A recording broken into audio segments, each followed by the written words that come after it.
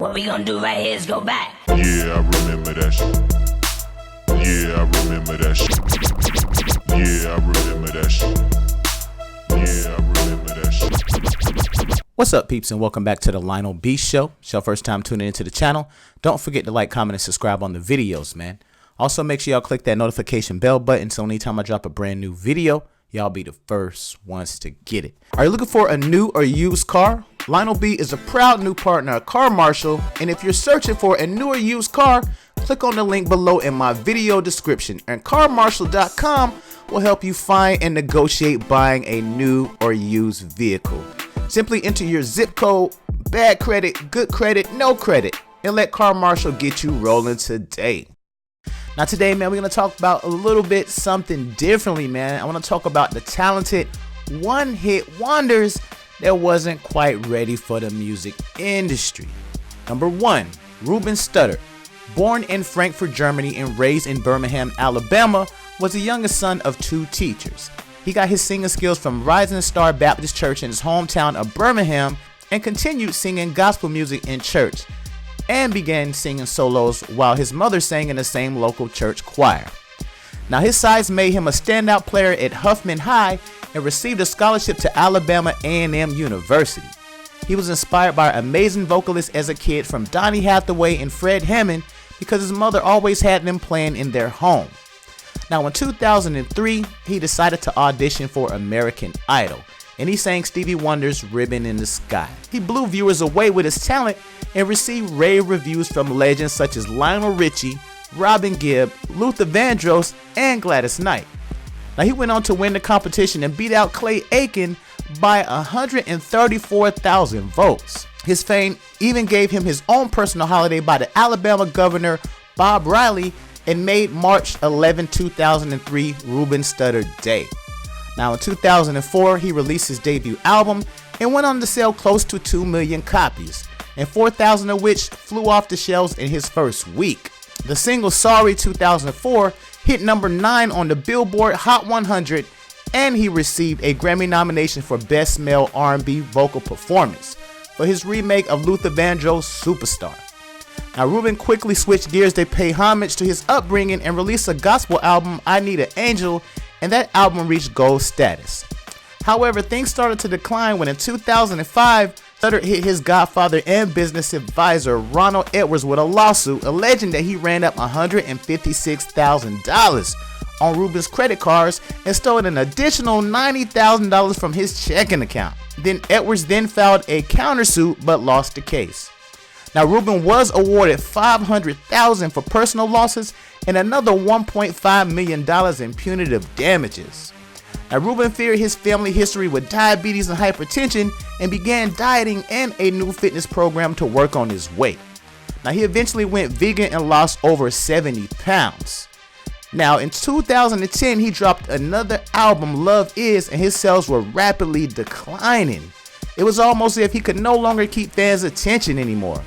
He only sold a mere 50,000 copies. His album, Letters from Birmingham, in 2012 sold a depressing 22,000 copies, and his album in 2014 sold an unbelievable 6,000 copies. Cali Swag District. A group from Inglewood, California exploded on the scene in 2009 with Teach Me How to Dougie. They were founded by Death Row Records' Big Y and Daryl Potts. Their hit single peaked at number 28 on the Billboard Hot 100, and the song was certified double platinum. Now the song's success led Dougie to become one of the most popular dancers of 2010. Now they followed that single with another catchy track that sampled Michael Jackson's 1972 hit I Wanna Be Where You Are, and unfortunately it failed to grab fans the way that Dougie did. Eventually, Where You Are was cut entirely from the album before its official release. Now, they eventually asked to be released from their recording contract with EMI, and they signed with Spinks Music Entertainment. That same month, tragedy struck the young group. M-Bone, born Monte Talbert, was killed May 15, 2011. He was the victim of a drive-by shooting in Inglewood. He was struck twice in the head and succumbed to his injuries. Tragedy came once again to the group Cali Swag District when another member, K-Ron Childs aka JR, passed away on June 6, 2014 from complications from sickle cell. He was admitted to the hospital and after a seizure in his sleep, fell into cardiac arrest and passed at only the age of 25. Reduce or eliminate the appearance of open cuts, scars, stretch marks, rashes, eczema, and more with X Moisturizer Solution, an all-natural African shea butter with honey and other essential oils. Guaranteed results for skin, hair rejuvenation, beard maintenance, and more. Works great for men and women. Visit xmoisture.com and purchase yours today. Now, Sean Kingston dropped the smash hit Beautiful Girls in 2007 when he was just a teen. The song samples Stand By Me, but the song wasn't enough to keep the industry spotlight, and years later, he has been hit with celebrity beefs, as well as arrests for not paying jewelers their money and running off with their products. Now, he was allegedly beat up by the Migos for having beef with Soulja Boy. He was dissed by the rapper Game, and much more drama followed Sean Kingston. To this date, he has yet to find another hit and largely remains forgotten. Now, the Shop Boys, best known for their hit Party Like a Rockstar, signed to Universal Republic Records and began to record their first and only album, Rockstar Mentality. Now, Party Like a Rockstar was an infectious and inspirational song that gave urban culture that rockstar vibe, even inspired many black folks to rock big rocker belts and Von Dutch hats. Now, their song released in 2007 and achieved major commercial success, reaching number 2 on the Billboard Hot 100 and became the highest selling ringtone of 2007. Now, their album, however, flopped like pancakes and only sold a mere 200,000 copies to this day. Now, their album didn't get to reach gold status. They followed up the flop 1 year later with another album that never seen the light of day. Now, currently, they are preparing for yet another album under the label Watch House Entertainment that was supposed to be released in 2018, but still hasn't as of yet came out. Mims, which actually stands for Music Is My Savior, found that music really didn't save him after all. His hit single, This Is Why I'm Hot, gave New York a different type of southern bounce that flooded the airways nationwide and even hit number 1 on the Billboard Hot 100. Now, he sadly lost both of his parents at the age of 13, but before the passing of his mother, she gave him his first set of DJ equipment and kept him in school to steer clear away from trouble. Now, after his success in 2007 with This Is Why I'm Hot, he dropped another hit in 2008, Move If You Wanna, and it peaked at number 63 on the Hot 100 charts. Now, 1 year later, his second single, Love Roller Coaster, featured LaToya Luckett. And he lastly featured on a song entitled How to Be an MC in 2010 alongside legendary KRS-One and Redman.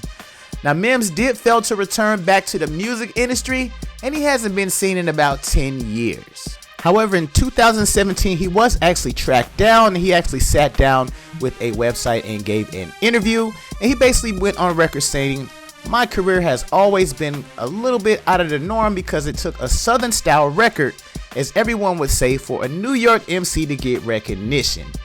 He said he was identified as some kind of bubblegumish rapper who released records like This Is Why I'm Hot that didn't have much lyrical content, and he was aware of that at the time. And he said he actually did that on purpose because it was actually done strategically, because it was actually done out of frustration because the music that he had been working on didn't work out for him. Jay Holiday, born Nahum Thornton Grimes, got the attention of ladies in bedrooms all across the country with his 2007 breakthrough hit, Bed.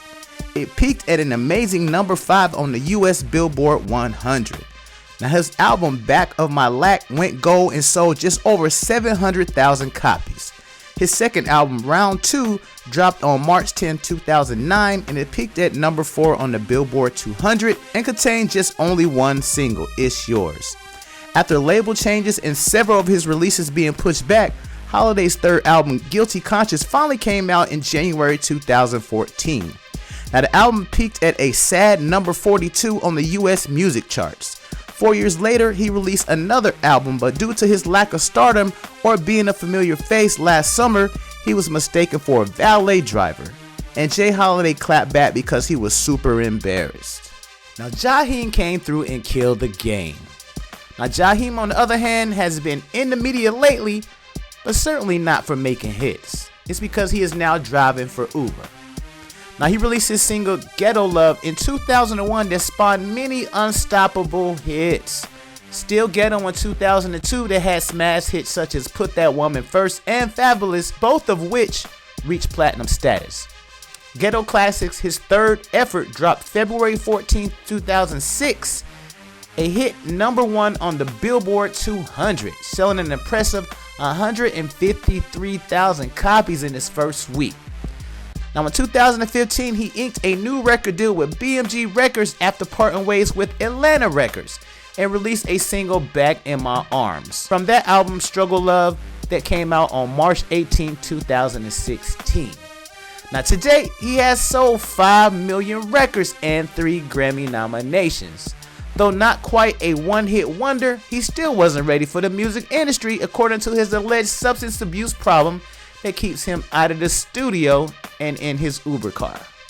Former Destiny's Child group member Farrah Franklin was removed from the group just as quick as she was added to the lineup.